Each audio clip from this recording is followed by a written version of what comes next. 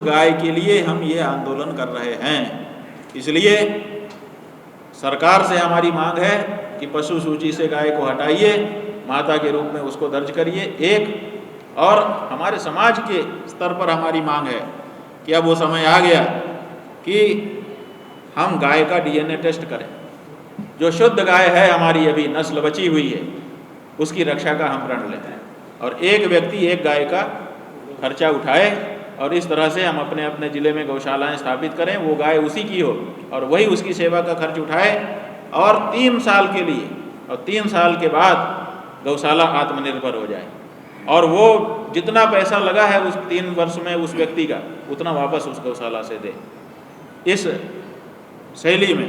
क्योंकि हमारे यहाँ शास्त्र में बताया गया है कि गाय जो है, हमारे यहाँ एक शब्द है गोपाल, गोपाल मणि जी बैठे।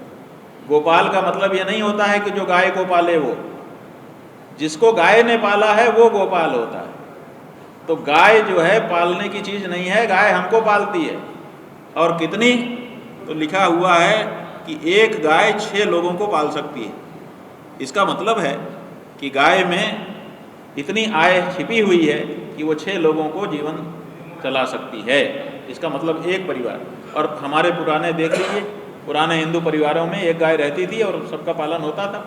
तो अब हमने विशेषज्ञों से भी बात की है और इस बारे में पूरी तरह हम लोग आश्वस्त हैं कि हम वो विधि बना लेंगे कि गाय के उत्पाद से इतनी आमदनी होगी कि अपने आप 6 लोग एक गाय से पलने लग जाएंगे। तो गाय को चंदे की ज़रूरत नहीं होगी और गाय को खैरात की ज़रूरत नहीं होगी, बल्कि गाय जहाँ रहेगी तो 6 लोगों को जीवन चलाने के लिए अपना आशीर्वाद प्रदान करे।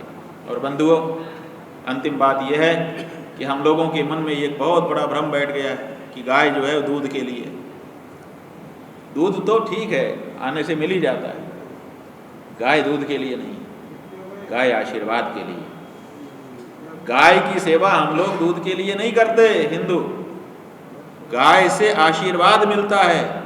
और आशीर्वाद ऐसी चीज़ है जिससे जो कामना आपके मन में है वही पूरी हो जाती है। और जिन जिन लोगों ने गौ सेवा की है, आप उनका इंटरव्यू ले लीजिए, उनका जीवन उसी तरह से आगे बढ़ गया है। अगर यहाँ कोई हो खड़ा होकर बता सकता है कि गौ सेवा से मेरे यहाँ सुख समृद्धि आई है, कोई जो ये कहने के लिए सक्षम हो? ये देखिए गोयनका जी। पिताजी 1963 से गौ सेवा में रहे और मैं 1976 से, और आज हम जिस मुकाम पे पहुंच पाए हैं सिर्फ गौ माता के आशीर्वाद से। ये देखिए, ये गौ माता का आशीर्वाद है। इसीलिए गाय की जो सेवा करेगा उसको गौ माता रोम रोम से आशीर्वाद देती है। जब वो दूध देने लायक नहीं रहती, जब घी देने लायक नहीं रहती, जब मक्खन देने लायक नहीं रहती, जब गोमूत्र गोबर भी देने लायक ठीक से नहीं रहती, उस समय भी अगर कोई उसकी सेवा करता है तब वो आशीर्वाद देती है। कैसे देती है उसको भी हम समझा देते हैं। जब आप किसी पे खुश होते हो, कोई आपके लिए कुछ करता है तो आपका मन खुश हो जाता है, तो आप क्या करते हो? जेब से निकाल करके कुछ ना कुछ, ले बेटा ले, टिप देते हो, दक्षिणा देते हो, कुछ भी देते हो। दे करके तब आपको मन में प्रसन्नता होती है, यही ना? अब जब कुछ नहीं रहता है आपके पास, तब जिस दिन आपके पास कुछ ना हो और फिर भी कोई आपके लिए अच्छा करे, तब उस समय आप क्या करते हो? तब मन से मनाते हो, हे भगवान इसकी झोली भर देना, हम तो नहीं दे पा रहे हैं, यही ना? इसका मतलब है कि जब वो गाय छोटी रहती है, बछिया, तब मूत्र देती है, बड़ी होती है गोबर देती है, और बड़ी होती है बछड़ा बछिया देती है, दूध देती है, और फिर जब कुछ देने लायक नहीं रहता है तभी तो वो आशीर्वाद देने लायक होती है, और उसी समय आप उसको छोड़ दे रहे हो। इसलिए गाय के आशीर्वाद से वंचित रह जा रहे हो। तो हे हिंदू समाज के लोगों, गौ माता के आशीर्वाद से आपके पूर्वज सानंद रहे थे, उस बात को मत भूलो और फिर से गौ माता की सेवा करके उनके आशीर्वाद से पुनः अपनी उसी पुरानी पदवी को प्राप्त करें। तो ये बातें हमने कही। अब आप एक एक करके जो प्रश्न हो पूछ लीजिए। प्रतिदिन टाइम्स जी। मेरा प्रश्न ये है कि आसाम पे 40-45% पॉपुलेशन है, आपका जो बात है ये ले जाने के लिए किसे आप लोग का कैसे काम करेगा आपका बात समाज में लेके? देखिए, मुस्लिम समाज जो है वो कितने भी प्रतिशत हो, वो कोई बात नहीं। मुस्लिम धर्म में हमने अध्ययन किया, मुसलमानों से भी हमारी खूब बात हो गई और उन्होंने भी बता दिया और हमने धर्म ग्रंथों को अध्ययन करके भी जान लिया कि मुस्लिम धर्म का अभिन्न अंग गौ हत्या नहीं है। उनके यहाँ गाय का मांस वो खा सकते हैं, लेकिन बिना नहीं खाएंगे तो मुसलमान नहीं रहेंगे, ऐसी बात नहीं।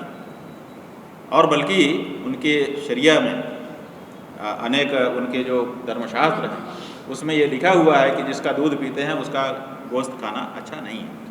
और दूसरी जगह लिखा हुआ है कि गाय का गोश्त जो है वो सेहत के लिए अच्छा नहीं है। और सच भी है, बहुत जगह पे गाय का गोश्त खाने वाले लोग हैं, सबको कैंसर हो रहा है। अभी हम सिक्किम गए थे कल, सिक्किम में हमको जो ड्राइवर था वो बौद्ध था, हमने उससे चर्चा की कि तुम गाय का मांस खाते हो कि नहीं? बोला मैं खाता था लेकिन अब नहीं खाता हूँ। क्या क्यों? अब क्यों नहीं खाते हो? बोला इसलिए नहीं खाता हूँ कि गाय का मांस खाने से हमारी पत्नी को बीमारी हो गई, डॉक्टर ने कहा कि इसको छोड़ना पड़ेगा, तो हम लोग छोड़ दिए और सिक्किम में बहुत से लोग छोड़ रहे हैं। तो ये शफा नहीं है, उनके यहाँ शब्द है कि ये शफा नहीं है, फ़ायदेमंद नहीं है। इसीलिए धर्म का अभिन्न अंग जो है उसकी छूट हमारा संविधान देता है। तो किसी भी धर्म का अभिन्न अंग गाय को मारना नहीं है और हिंदू धर्म का अभिन्न अंग गाय को संरक्षित करना है। इसलिए जब कोर्ट में बात जाएगी तो सुप्रीम कोर्ट ने ये परिभाषित कर दिया है कि अगर दो चीज़ें टकरा रही हों तो जो संविधान सम्मत हो वो बात मानी जाएगी। तो संविधान की धारा 48 में, भारत के संविधान की धारा 48 में गाय के संवर्धन की बात कही गई है और हमारा जो धर्म कहता है वो उसी के अकॉर्डिंग कहता है। और जो गाय को मारने की बात है वो किसी धर्म में नहीं कहा गया है कि मारना अनिवार्य है। तो इसलिए मुसलमान बंधुओं को ये समझना चाहिए। गुवाहाटी में क्या है, आसाम का जो फेस्टिवल है बिहू का फर्स्ट डे सेलिब्रेशन करता है, गोमाता को पूजा करता है, लेकिन गुवाहाटी पे इतना पॉपुलेशन है लेकिन हर घर में गो नहीं है, गाय माता नहीं है, लेकिन कुत्ता होता है लेकिन गो माता को नहीं रखता है। ये बहुत देखिए, बात यह है कि आज परिस्थिति दूसरी हो गई है। आज ये कहा गया था कुछ दिन पहले कि हम भारत देश में 100 स्मार्ट सिटी बनाएंगे, किसी नेताजी ने हमारे कहा था, आप लोगों को याद है। तो वो स्मार्ट सिटी बनाने की बात चली और उसमें सबसे पहला जो आदेश हो गया वो गाय के लिए हो गया कि गाय शहर में नहीं रह सकती। पूरे भारत के सभी शहरों से गाय को हटाने का आदेश हो गया म्यूनिसिपैलिटी के द्वारा। तो अब हमारा ये सवाल है कि गाय का अपराध क्या है? देश निकाला तो उसका होता है जो बहुत बड़ा अपराधी होता है, तड़ीपार।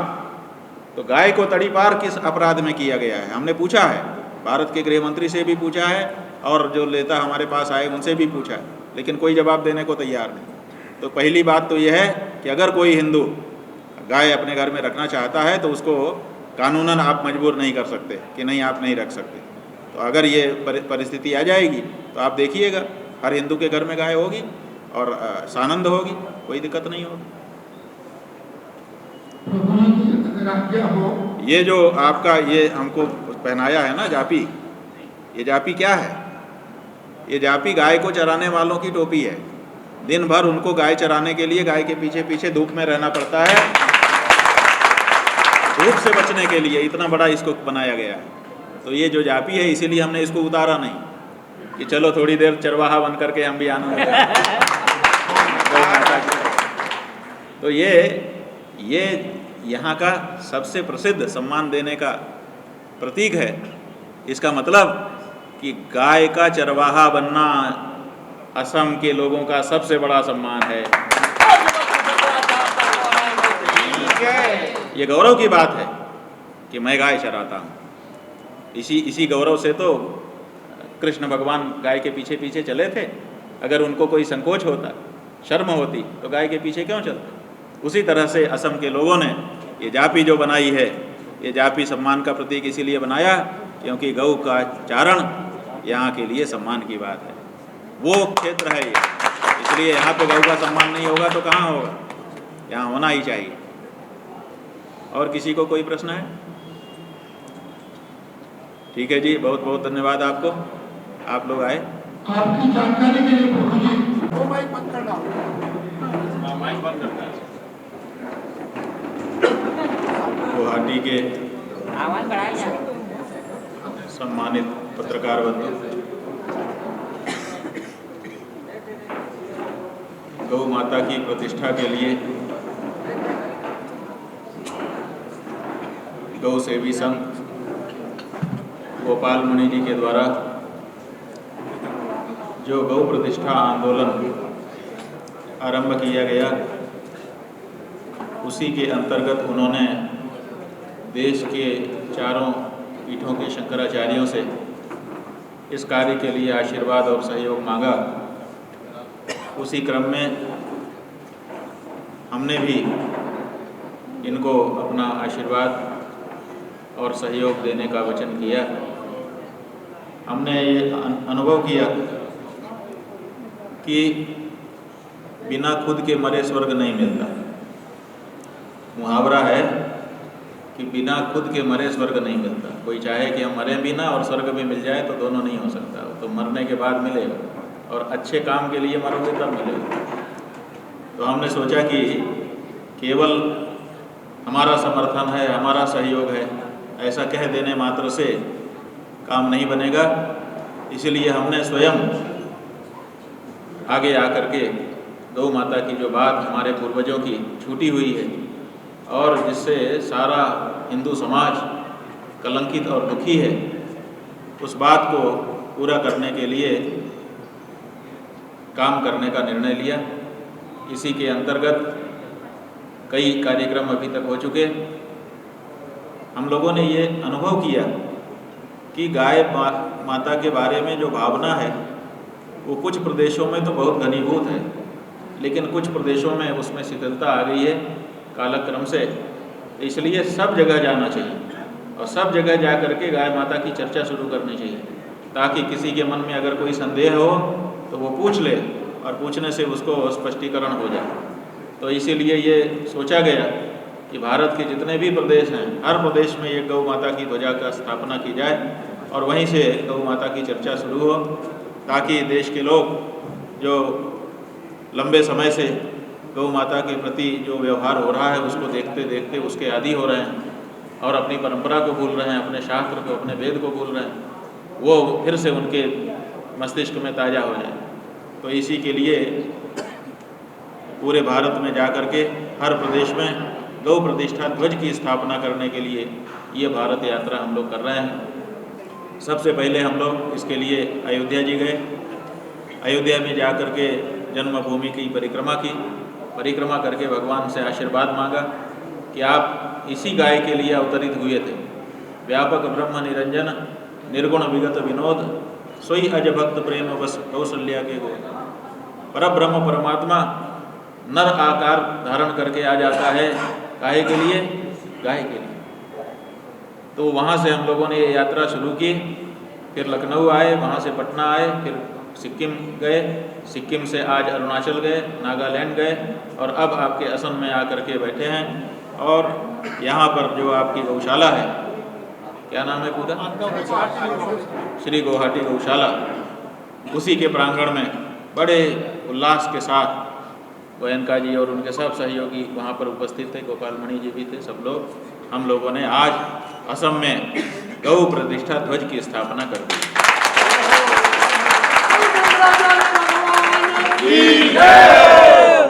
अब ये गौ प्रतिष्ठा ध्वज यहाँ पर गाय की जो बात है उसको आगे बढ़ाएगा और इसी तरह से आगे भी। कल हम लोग मणिपुर जा रहे हैं, मिजोरम जा रहे हैं, आगे अगर त्रिपुरा और शिलांग, मेघालय भी जाएंगे, उसके बाद बंगाल और फिर भारत के सभी प्रदेशों में 36 प्रदेश जो हैं, जो केंद्र शासित भी हैं अथवा स्वतंत्र प्रदेश हैं, सभी प्रदेशों में जा कर के गौध्वज की स्थापना करते हुए एक वातावरण हम निर्मित करना चाहते हैं जिससे देश में गौ माता की जो प्रतिष्ठा धूमिल हो रही है वो फिर से एक बार उजागर हो जाए। उनको नई प्रतिष्ठा नहीं देना है, उनको तो प्रतिष्ठा हमारे पूर्वजों ने पहले से दे रखी है, बस वो जो प्रतिष्ठा उनकी थी वो पुनः प्रतिष्ठित हो जाए। क्योंकि बीच में 1000 साल की गुलामी से हम बहुत कुछ भूल गए, बहुत कुछ हमारे दिमाग में उतर गया। अब हम चाहते हैं कि फिर से अपनी जगह पर सनातनी आ जाएं, और इसी के लिए ये ज़रूरी है कि सबसे पहला काम, देखिए सनातनी जगत के सामने कई समस्याएं हैं, उन सब समस्याओं का निराकरण हमको करना है, लेकिन पहले किसी एक का तो करें। तो प्रश्न ये है कि पहली समस्या कौन सा निराकरण के लिए ली जाए। तो हमने इसको सीखा कि हमारे पूर्वजों ने एक परंपरा बनाई, घर में जब हमारे यहाँ रोटी बनती है, जो रोज़ बनती है, तो सबसे पहली रोटी हम गाय को देते हैं, किसी और को नहीं देते। पूजते तो हम भगवान को भी हैं, गुरु को भी पूजते हैं, अभी आप लोगों ने पूजा की। हम अपने जो घर के वरिष्ठ सदस्य हैं उनको भी सम्मान देते हैं, बच्चों को प्रेम देते हैं, लेकिन जब रोटी बनती है तो भगवान को भी पहली रोटी नहीं मिलती, गुरु महाराज को भी गुरु ब्रह्मा गुरु विष्णु कहते हैं, लेकिन पहली रोटी नहीं देते। घर के बुजुर्गों को भी नहीं देते, बच्चों को भी नहीं देते। देते किसको हैं? पहली रोटी गाय को देते हैं। हर सनातनी के घर में, चाहे पूरब हो, चाहे पश्चिम हो, चाहे उत्तर हो, चाहे दक्षिण हो, चाहे देश में हो, चाहे विदेश में हो, कहीं पर भी अगर सनातनी होगा तो उसके घर की पहली रोटी गाय की होती है। इसका मतलब उसके लिए पहला दर्जा अगर किसी का है तो वो गाय का है। ये हमारे रोज की प्रैक्टिस से, रोज के व्यवहार से ये सिद्ध है। तो ऐसी स्थिति में हमने सोचा कि हिंदू समाज की समस्याओं को दूर करने के लिए सबसे पहले गाय की समस्या दूर की जानी चाहिए, और शास्त्रों में, पुराणों में महान महात्म्य उसका बताया गया है। कई कई दिन लग जाते हैं उनके महात्म्य का निरूपण करने। तो उन गौ माता के लिए हम अयोध्या से चल कर के सभी 36 प्रदेशों में होते हुए अंत में वृंदावन जा रहे हैं। राम जी गाय के लिए आए थे, कृष्ण गाय के लिए आए थे, और दोनों के पास पहुंच करके उनकी पुनः प्रतिष्ठा की प्रार्थना करेंगे। इसी बीच में आप सबको भी जागृत करते हुए जा रहे हैं। हमको बड़ी प्रसन्नता है कि आज उत्तर पूर्व में, ये उत्तर पूर्व का जो क्षेत्र है ये हमारा भी है और पुरी के शंकराचार्य जी का भी है। कुछ ऐसे स्थान होते हैं जो साझा होते हैं, वैसे तो हम उत्तरामनाय के हैं, लेकिन ये उत्तर पूर्व का क्षेत्र उत्तर का भी है और पूर्व का भी है, माने साझा है। तो साझा स्थान में हम आए और आकर के हम गए अरुणाचल प्रदेश में। वहाँ के विद्यार्थी हमारा विरोध कर रहे थे। हमने उनको समझाया कि भाई हमारा विरोध क्यों कर रहे हो, पहले हमसे बात करके समझो। तो अगर हमारी बात तुम्हारे विरोध के लायक हो तो विरोध करना, बिना हमारी बात समझे ही तुम हमारा विरोध कर रहे हो, ये कहाँ तक उचित है। तो हमने, जो पुलिस वाले बीच में आए थे कि बड़ा विरोध है, आप रुक जाइए, नहीं जाइए। हमने कहा अब ये कौन विरोध कर रहा है, हमारा तो कोई विरोध नहीं कर रहा है। बोले स्टूडेंट यूनियन के लोग कर रहे हैं। हमने कहा स्टूडेंट यूनियन तो कॉलेज परिसर में होता है, यूनिवर्सिटी में होता है, उनका काम वहाँ पे है, हमारा विरोध क्यों कर रहे हैं। अपने कॉलेज में कोई अव्यवस्था है उसकी बारे में चर्चा करें अपने कुलपति से, अपने प्रिंसिपल से, इसके लिए स्टूडेंट यूनियन होती है। तो पुलिस वालों ने बताया नहीं, हमारे प्रदेश में स्टूडेंट यूनियन और चीज़ों में भी भाग लेता है। हमने कहा भाई ठीक है, हम तो यही समझते थे कि स्टूडेंट यूनियन है तो स्टूडेंट्स के लिए काम करती होगी, बाकी के लिए क्यों बोलेगी। फिर हमने कहा कि ठीक है, वो उसके जो लीडर हों उनको आप बुलाइए, हम उनसे बात करना चाहेंगे। आए वो स्वागत करके बात करेंगे, हम उनको कोई दबाएंगे नहीं, धमकाएंगे नहीं, कुछ नहीं करेंगे, उनसे चर्चा करेंगे। तो उन लोगों ने पहले तो मना किया, लेकिन जब हमने सब समझा करके उनको बात कही तो उनको भी लगा कि ठीक है। तो उन्होंने कहा ठीक है हम बुलाते हैं। जा करके फिर आधे घंटे के बाद लौट करके आए जो अधिकारी आए थे। उन्होंने कहा कि अभी वो लोग कह रहे हैं कि हमारा कोई कॉम्पिटेंट व्यक्ति नहीं है जो शंकराचार्य जी से बात कर सके, इसीलिए हम अभी नहीं बात करेंगे। हमने कहा भाई इतने लोगों को बुला लिया, यहाँ नारा टेम्पो करवा रहे हो और कोई कॉम्पिटेंट व्यक्ति है ही नहीं है, आपने केवल कॉल कर दी और खुद गायब हो गए, ऐसा मत करिए, बुलाइए। बोले हम अभी नहीं, अभी कोई सक्षम व्यक्ति नहीं है। हमने कहा ठीक है, अगर सक्षम व्यक्ति नहीं है तो सक्षम व्यक्ति हमको दोबारा बुलाए। अभी तो हम गाय का ध्वज फहरा करके जा रहे हैं, दोबारा बुलाए तो हम दोबारा आने को तैयार हैं। और अगर यहाँ आने में उनको दिक्कत है कि नहीं हम शंकराचार्य को नहीं बुलाना चाहते हैं तो हमारे आश्रम में आए, हम उनका स्वागत करेंगे और हमसे चर्चा करेंगे। पहले हमारी भावना को समझें, हम उसकी समस्या को समझें और दोनों मिलकर के कोई रास्ता निकालें। अपनी जगह अड़ने से तो कुछ नहीं होगा। तो ये बात वहाँ से करके हम आगे गए, फिर नागालैंड गए, वहाँ पर भी अधिकारी लोग पहले से पुलिस फोर्स लेकर के बहुत बड़ी सेना लेके खड़े थे, वहाँ पर भी हमारी बात हुई। हमने कहा मुख्यमंत्री जी से हमारी बात कराइए, आखिर किस कारण से उन्होंने हमको प्रदेश में घुसने से रोक दिया। किसी भी देश के नागरिक को किसी भी प्रदेश में जाने का अधिकार है। नागालैंड का कोई व्यक्ति भारत के किसी प्रदेश में जा सकता है, वैसे भारत के किसी प्रदेश का व्यक्ति भी यहाँ आ सकता है। बिना कारण के हमको रोक दे रहे हैं, ये नहीं हो सकता है, और गलत रोक रहे हैं, हमारी बात कराइए। फिर जो तर्क हमने रखे उन्होंने वो जवाब नहीं दे सके, बोले कि हम आपकी बात मुख्यमंत्री तक पहुंचा देते हैं। तो हमने वीडियो रिकॉर्ड करके उनको भिजवा दिया। अब वो 7 दिन का समय उनको भी हमने दे दिया कि भाई 7 दिन में आप अपना बताइए कि हमको क्यों रोक रहे हैं, और नहीं तो फिर हमको परमिट करिए ताकि हम फिर से आएँ। अगर बुलाएंगे तो हम फिर आएंगे, और नहीं भी बुलाएंगे तब भी हम आएंगे, क्योंकि हम नहीं चाहते हैं कि इस तरह से एक देश में 2 विचारधारा चले। ये परंपरा का देश है, यहाँ पर गायों की पूजा सदा से होती रही है और आगे भी होती रहेगी, और उस बारे में जिसके मन में जो शंका है उसका निराकरण करने के लिए हम लोग तैयार हैं। आपके असम में हम आए हैं, यद्यपि असम में अब कुछ कानून तो बन गया है, लेकिन अभी भी गायों की बड़े पैमाने पर यहाँ तस्करी हो रही है, जैसा कि हमको यहाँ के गौरक्षकों ने बताया है। ये बड़ी समस्या है। यहाँ से कुछ और राज्यों की तरफ अथवा बांग्लादेश की तरफ गायों को भेज दिया जाता है। इसीलिए हम क्या कह रहे हैं कि अभी हमारे देश के कई राज्यों में गौवध निषेध कानून लागू है, लेकिन वो गौवध नहीं रोक पा रहा है। क्यों नहीं रोक पा रहा है? क्योंकि वो असल में गौवध निषेध कानून नहीं है, वो गौवध स्थल निरोध कानून है। आप समझे बात को? गौवध का निरोध अलग चीज़ है, और गौवध का स्थल निरोध माने जैसे हम कहें कि गाय मत मारो, एक बात हो गई, और दूसरे कहें यहाँ मत मारो, इसका मतलब वहाँ मार लो। अभी ऐसी परिस्थिति है, एक राज्य कहता है ना ना ना यहाँ नहीं मार सकते, कड़ा दंड है, इसका मतलब कि दूसरे राज्य में ले जाओ, वहाँ मार लो, वहाँ कोई छूट है। तो ये जो चालाकी हमारे नेताओं ने गाय माता के साथ कर रखी है और हमारे साथ कर रखी है, अब इसको स्पष्ट होने का समय आ गया।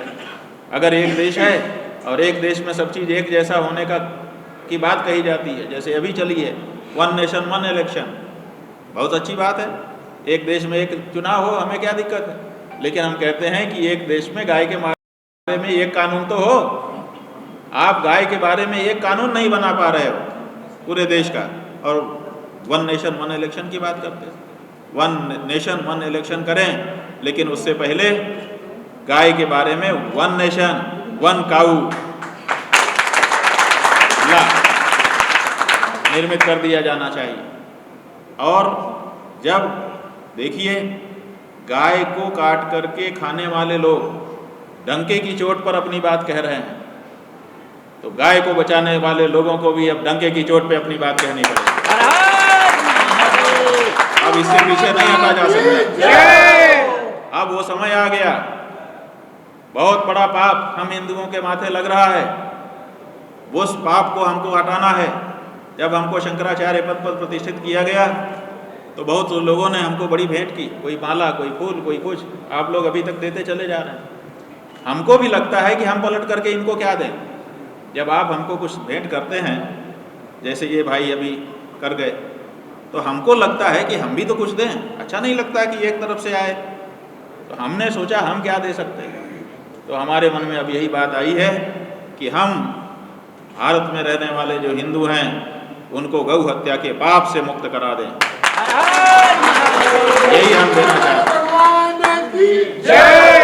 और उसके लिए ज़रूरी है कि आपके अंदर ये समझ आए कि आप अपने मताधिकार का सही प्रयोग करना शुरू करिए।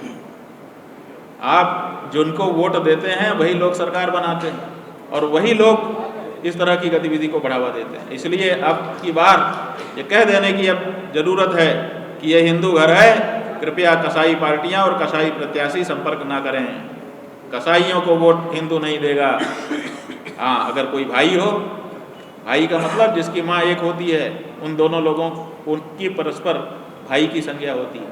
तो हमारी माँ और आपकी माँ अगर गाय है तो हम दोनों आपस में भाई हैं, और नहीं तो काहे के भाई जो गाय को मार करके खा रहा है और जो गाय को पूज रहा है, दोनों आपस में भाई नहीं हो सकते।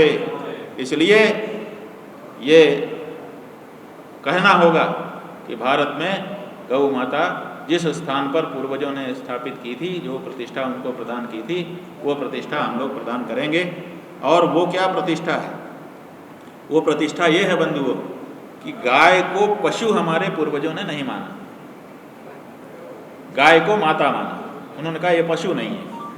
और आज जितने भी हमारे देश के प्रदेश हैं, सब प्रदेशों के पास जो उनके एसेट की सूची है उसमें पशुओं की सूची है, और उसी पशु की सूची में गाय का नाम लिख दिया उन्होंने। केंद्र सरकार की जो एसेट की सूची है उसने गाय का नाम पशु की सूची में रख दिया, गाय को एनिमल मान दिया है, पशु। तो हम कहते हैं कि पशु की सूची से गाय को हटाओ और उनको माता के रूप में, पूजनीय के रूप में, आदरणीय के रूप में पूजना। एक सूची ऐसी देश के पास होनी चाहिए कि हमारी रिस्पेक्टेड चीज़ें कौन कौन सी हैं, पूजित चीज़ें कौन कौन सी हैं, उनकी जो सूची हो। जैसे हमारे यहाँ राष्ट्रपति पूजित है, हमारा प्रधानमंत्री पूजित है, सबको विशेषाधिकार हैं, प्रोटोकॉल है, ऐसे ही हमारी गाय का भी प्रोटोकॉल होना चाहिए, उसकी भी एक पूजा होनी चाहिए, उसका अनादर करने वाले के लिए दंड होना चाहिए। जैसे हमारे यहाँ राष्ट्रध्वज, उसका अपमान कोई नहीं कर सकता, उसका एक प्रोटोकॉल है। उसी तरह से गाय भी हमारा प्रतीक है। और हमारे बच्चे भूल गए, आपको वाक्य से बताना चाहेंगे कि जो भारत का राज चिन्ह है, हम उसको लेके आए हैं। हम चाहते तो दिखा सकते थे, बच्चे भूल गए लाना। भारत के राज चिन्ह का जो आधार है, आप लोगों को याद होगा, 4 शेर हैं, वो आपस में पीठ सटा करके 4 दिशा में मुंह करके बैठे हैं, और उसके नीचे एक गोला है आधार, और उसके बीच में एक चक्र बना है जिसको अशोक चक्र कहा जाता है। और वो चारों तरफ 4 आकृतियां बनी हैं। उसमें एक घोड़ा है, एक हाथी है, एक सिंह है और एक बैल है। घोड़ा अपने यहाँ नहीं मारा जा सकता, हाथी अपने यहाँ नहीं मारा जा सकता, शेर अपने यहाँ नहीं मारा जा सकता, तो बैल क्यों मारा जाएगा? वो भी तो राज चिन्ह का अंग है। तो भारत के राज चिन्ह में जिसको दर्जा दिया गया है, उस बैल को और उसकी माँ गाय को भारत में कैसे मारा जा सकता है? ये भारत के माथे पे कलंक है कि अपने राज चिन्ह में अंकित वस्तु को वो काट करके और बेचता है। क्या भारत के राज चिन्ह को काट करके बेचा जा सकता है? अगर हम भारत के राज चिन्ह को काट करके बेचना चाहें तो हमारे ऊपर कानून लगेगा। और भारत के राज चिन्ह में अंकित जो वृषभ है और जो उसका परिवार है, उसको काट करके बेचा जा रहा है। ये कहाँ की बात? गाय को हम माँ भी कहते हैं एक तरफ, और दूसरी तरफ काट करके बोटी बोटी करके पैकेट में बंद करके उसका मांस भी बेचते हैं। थू है, बहुत दुख होता है ये सोच करके। लेकिन हमारे देश में नेता लोग यही कर रहे हैं। एक तरफ गाय के साथ फोटो खिंचवाते हैं और दूसरी तरफ गाय को काटने वाली जो जगह है उसको सब्सिडी देते हैं कि और बढ़िया करो, और बढ़िया, और अच्छी मशीनें लगाओ। ये क्या है? ये दोहरा चरित्र है, और दोहरा चरित्र अच्छा नहीं होता है। आप कसाई हो, आप घोषणा करो कि मैं कसाई हूँ, हम आपका सम्मान करेंगे कि भाई घोषित रूप से कसाई है, इसका यही पेशा है। हमारे समाज में कसाई को भी एक जात बना करके रखा गया है कि भाई ये कसाई है। लेकिन कोई कहे नहीं मैं पुजारी भी हूँ और कसाई भी हूँ, दोनों एक साथ नहीं हो सकते हो तुम, तो ये काम ठीक नहीं है। ये जो राजनीतिक दलों का दोहरा चरित्र है, ये अब हम स्वीकार करने नहीं चाहते। पहले की पार्टी जो कांग्रेस, कोई भी खिलवाड़ नहीं कर सकता, ये बिगुल बजा देने की ज़रूरत है, उद्घोष कर देने की ज़रूरत है। और उसी उद्घोष के लिए आप सबके मन में भावना है, लेकिन आप बोल नहीं पा रहे हो। हमारा पूरा हिंदू समाज यही चाहता है, 100 करोड़ के करीब, 100 करोड़ सनातनी जो चाहते हैं वो हिम्मत करके बोल नहीं पा रहे हैं, डर है उनको कि हम क्या करें। तो हमने सोचा कि इनको डर है, हमें तो कोई डर नहीं है, इसलिए हम उनकी भावना को स्वर देंगे। ये जो बातें हम कह रहे हैं, ये बातें हमारी नहीं हैं, हमारे पूरे समाज की हैं, और उसको हम केवल स्वर दे रहे हैं। और हमको बड़ी प्रसन्नता हो गई, आज यहाँ आए, गौध्वज स्थापित हो गया। यहाँ पर गाय माता के बारे में हम लोग एक व्यवस्था बनाएंगे आगे लड़ाई लड़ी जाएगी। और सबसे पहले हम यही कहना चाहते हैं कि तस्करी, यहाँ से गाय माता को ले जा करके दूसरे प्रदेश में, आसाम प्रदेश की जो गाय है वो असम से बाहर नहीं जानी चाहिए। अगर बाहर कोई भेजना चाहता है हम लोगों को व्यवस्था करेंगे, हम उसको सेवा करेंगे। एक बात और जो हम बता दें, उसके बाद आप लोगों से प्रश्न कोई होंगे तो पूछ लेंगे, वो ये है कि हम जब गाय के बारे में चर्चा करते हैं, गाय की प्रतिष्ठा की बात करते हैं, गौशाला की बात करते हैं, तो आप समझ लीजिए कि अपने यहाँ एक बहुत बड़ी समस्या है। वो समस्या ये है कि गवय और गाय दो चीज़ें हैं, एक है गाय और एक है गवय। गो और गवय, गो का मतलब है गाय और गवय का मतलब है गाय जैसा। तो गाय जैसे बहुत सारे जानवर हैं, उनको भी गाय में ही गिन करके हम लोग दुधारू समझ करके चल रहे हैं। लेकिन हमारे यहाँ जो धार्मिक दृष्टि है वो गाय को ही गाय मानती है, गाय का ही मलमूत्र माने गोबर और गोमूत्र वो पवित्र है। किसी भी गाय जैसे प्राणी का जो गोबर है। অভিনয় কৰাৰ হেঁপাহ আপুনিও পঢ়ি ৰাখিছে নেকি? আপোনাৰ অভিনয় কৰাৰ অভিজ্ঞতা নাই? কোনো কথা নাই। আপোনাৰ বাবে আহিছে সোণালী সুযোগ। 29 ছেপ্টেম্বৰত দিনৰ 9 বজাৰ পৰা নিশা 8 বজালৈ বলিউড তথা হলিউডৰ চিনেমাৰ বাবে অডিশ্যন হ'বলৈ গৈ আছে গুৱাহাটীৰ কাহিলীপাৰাস্থিত জ্যোতি চিত্ৰবনত। 5 বছৰ বয়সৰ পৰা 17 বছৰ ব্যক্তিয়ে কৰিব পাৰিব অংশগ্ৰহণ। পঞ্জীয়ন হ'ব বিনামূলীয়া, নিৰ্দিষ্ট ৱেবছাইটত কৰিব পাৰিব আবেদন।